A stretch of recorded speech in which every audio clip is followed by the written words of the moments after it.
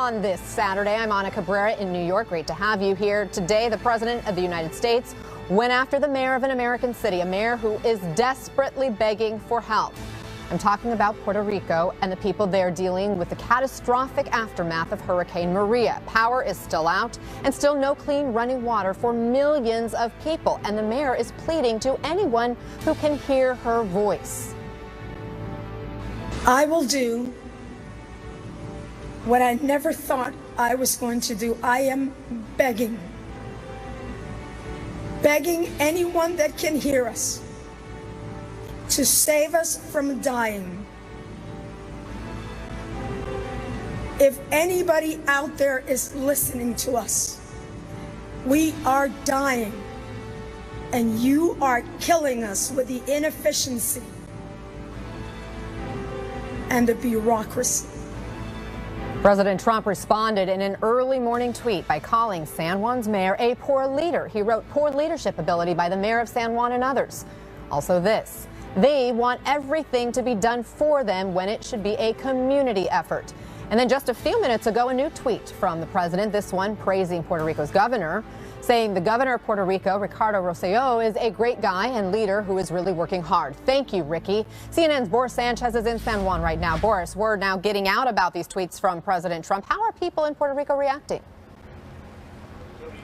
They're not taking it well. On several people telling me things that I cannot repeat to you on the air. It would be inappropriate to use the adjectives that they did about President Trump. I spoke to 3 elderly women who told me that it is his obligation to care for the American people, and he is not doing that. Several people telling me that it hurts to have to remind the mainland that they are Americans.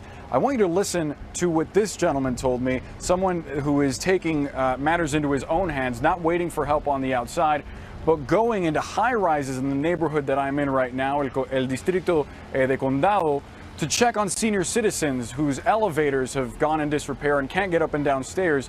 He's banded together with a group of doctors to go into their apartments and check on them, make sure they have water and medication. Listen to what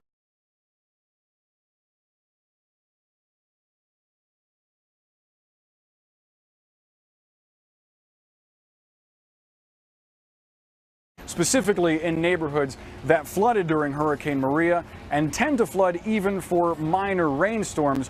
One man that I spoke to in one of those neighborhoods not far from here already has several other families inside his home that he gave shelter to. He's offering them resources that are difficult to find right now on the island. So there is certainly a sense of ownership and community here, but not a liking for what the president has to say about the people here in Puerto Rico. When you say offering them resources that are difficult to find on the island, I am assuming you're talking about some bare necessities. Yes, absolutely. Food and water and gasoline. Electricity is a serious problem, but for people who line up for hours outside of supermarkets trying to feed their very hungry children, it's heartbreaking to then walk in and see that store shelves are empty.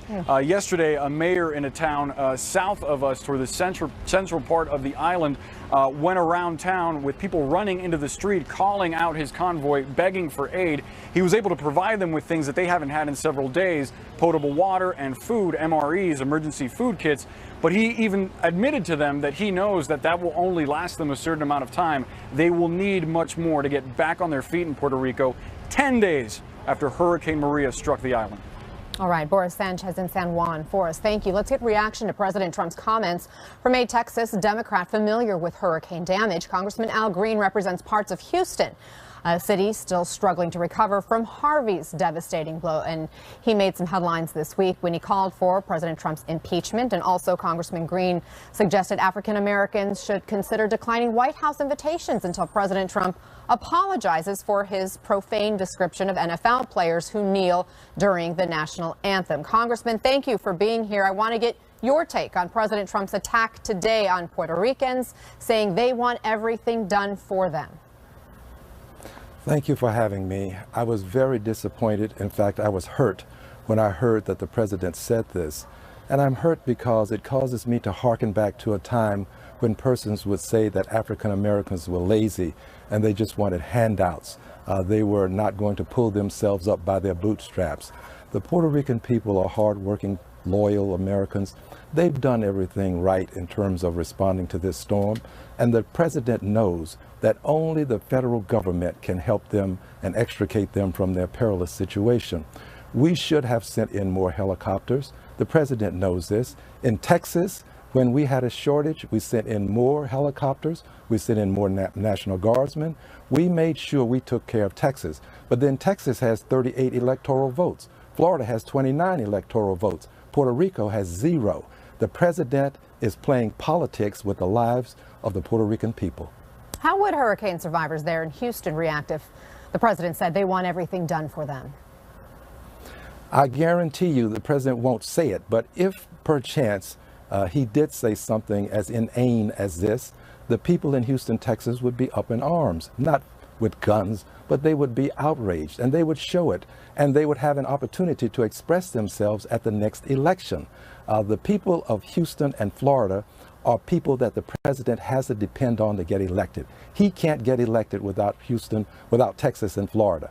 And he knows this. So he's playing politics. But you shouldn't play politics with the lives of people. When I heard that mayor issuing the clarion call that she did, it reminded me of the mayor down in Louisiana, in New Orleans, who issued a clarion call for help. Very similar circumstances. We don't leave people stranded when we've got the most powerful military in the world and we can do something about it. Given the history of the president's rhetoric and this us versus them that comes through and his comments attacking the mayor, the people of Puerto Rico, do you think that these remarks have anything to do with the color of their skin or the fact that they are Spanish speaking? Well, I'll tell you this. I don't believe that if they were all Anglos, he would do it. I just don't believe it. I have to be truthful with you. If they were all Anglos, I don't believe the president would have the attitude that he has, because you don't hear that kind of dog whistle of people not wanting to pull themselves up by their bootstraps when the people are Anglos. That's something reserved for people of color, and it sends a signal to others as to what the defense will be for the president. So now they all know when they get on these programs, they're supposed to talk about the budget and what it's going to cost.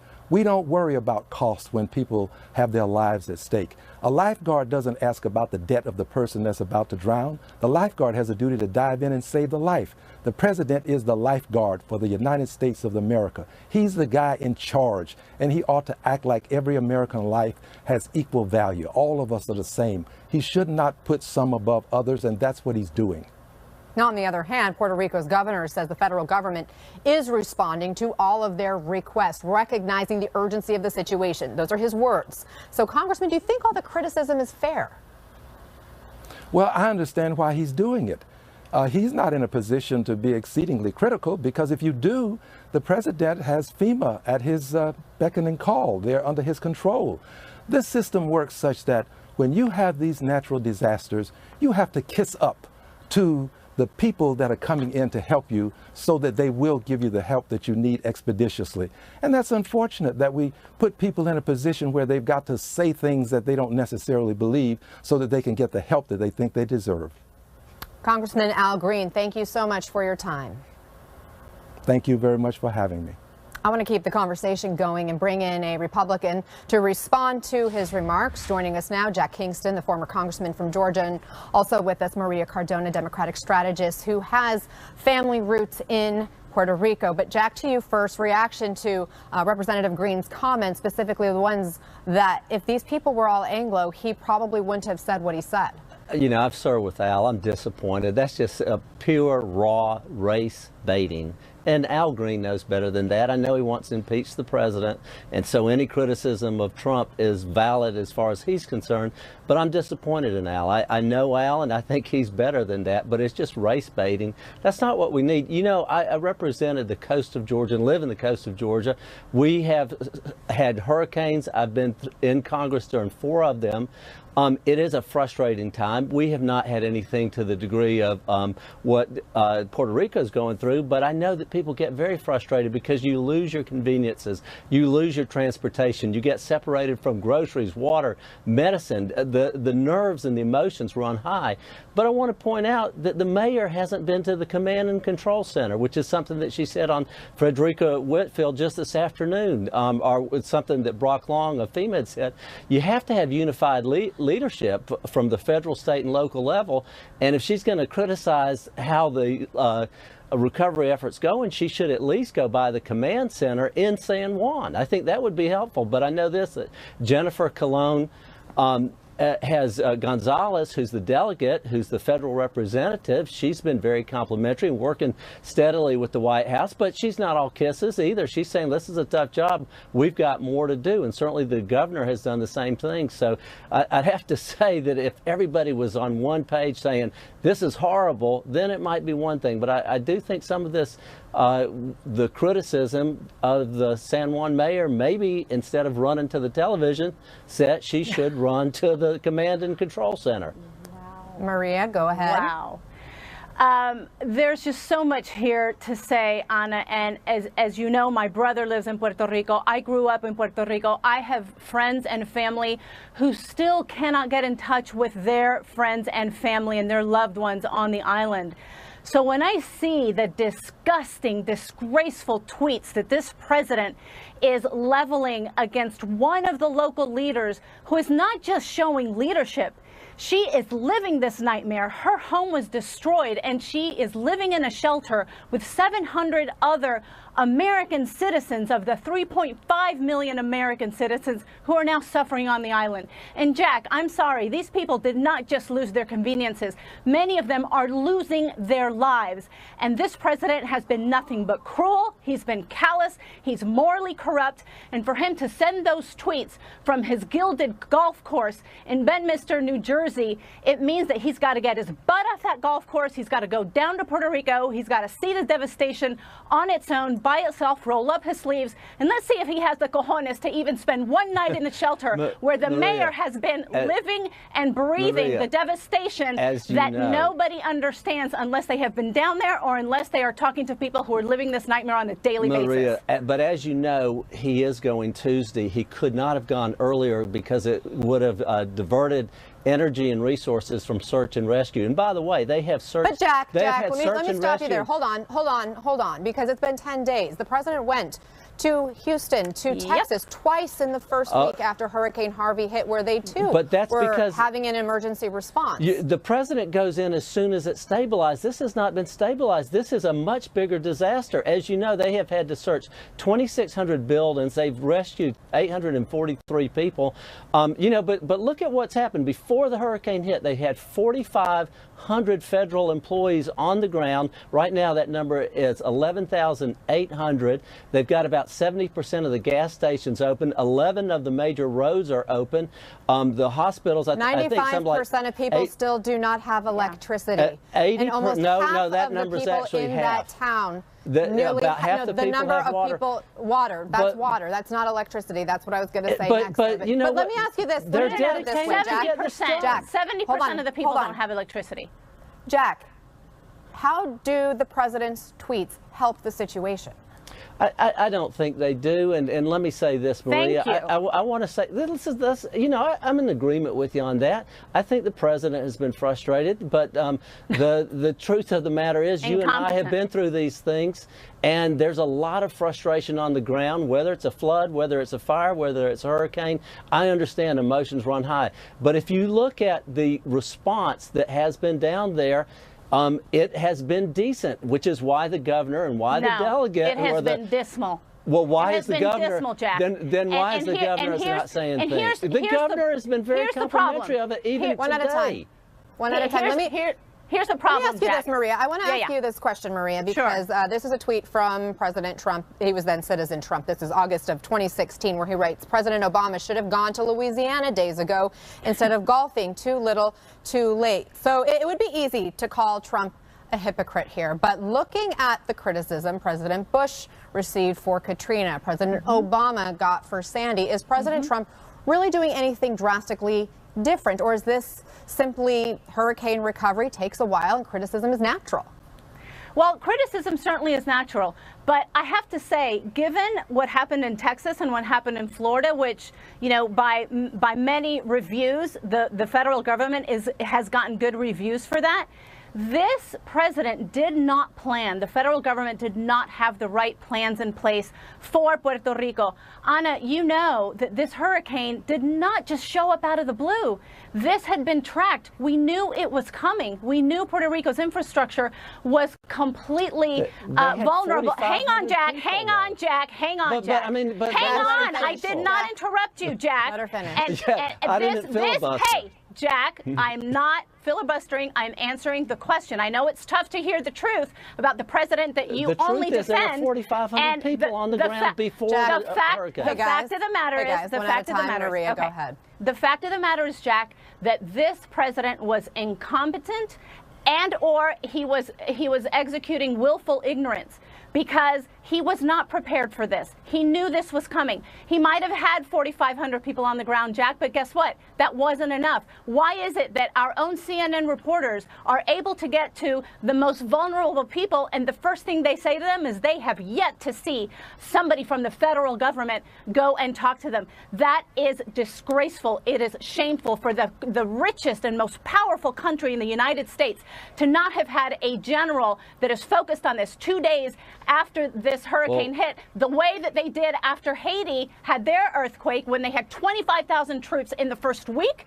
It is nothing but disgraceful. They had 4,500 people on the ground before the storm. They have 11,800. And looking at the facts and what has been said, the general who's now been assigned to lead the response by this administration has said there's not enough people there yet.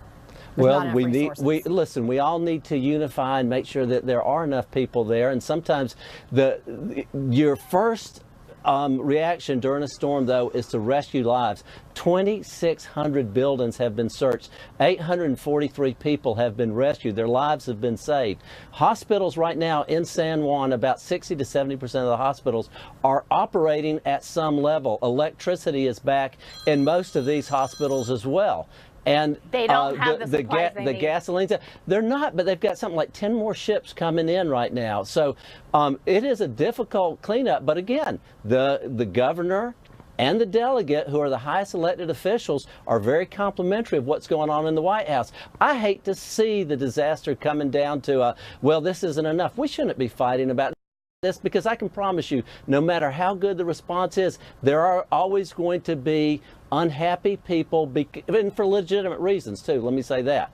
There's always going to be some shortfall. You can always do better. But Maria, you know the history of Puerto Rico. Good gosh, so many disasters over the years. I think the people down there are very capable of reacting. I do know that. I do know that, which is why the president has been so incompetent, and it's been just shameful. Well, that's an opinion, though. All right, no, guys. It's actually a fact. We'll let you continue this conversation into the break, but we're going to squeeze one in. Thank you both. Coming up, we'll take you to the relief efforts that are underway in New York, where New Yorkers are now banding together to help Puerto Ricans in the desperate need of help.